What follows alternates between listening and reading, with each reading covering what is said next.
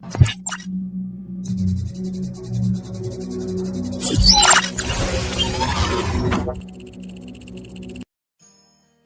सच्ची भक्ति शास्त्रों के शब्दों में होती है या दिल की सच्चाई में?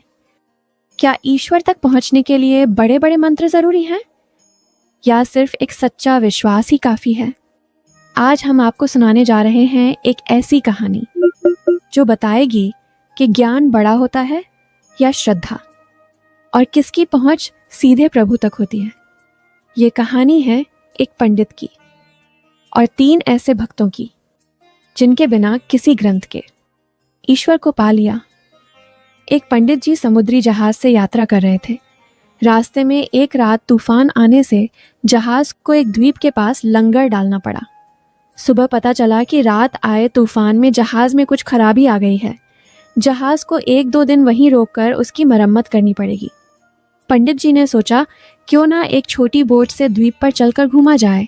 अगर कोई मिल जाए तो उस तक प्रभु का संदेश पहुंचाया जाए और उसे प्रभु का मार्ग बताकर प्रभु से मिलाया जाए। तो वह जहाज के कैप्टन से इजाज़त लेकर एक छोटी बोट से द्वीप पर गए। वहां इधर उधर घूमते हुए 3 द्वीपवासियों से मिले जो बरसों से उस सूने द्वीप पर रहते थे। पंडित जी उनके पास जाकर बातचीत करने लगा।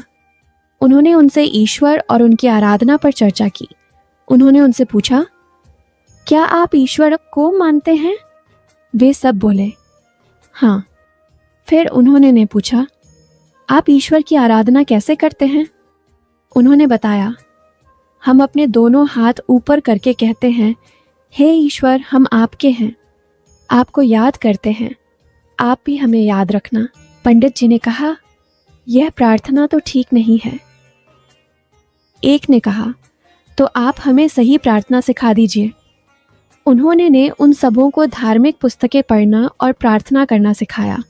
तब तक जहाज बन गया। पंडित जी अपने सफ़र पर आगे बढ़ गए।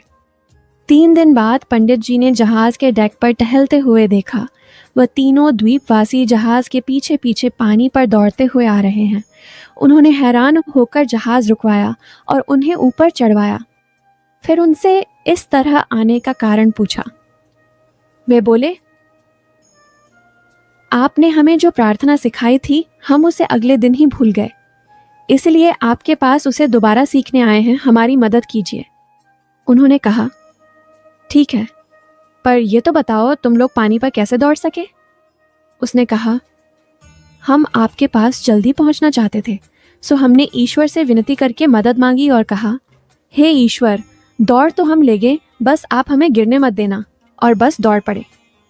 अब पंडित जी सोच में पड़ गए। उन्होंने कहा, आप लोग और ईश्वर पर आपका विश्वास धन्य है।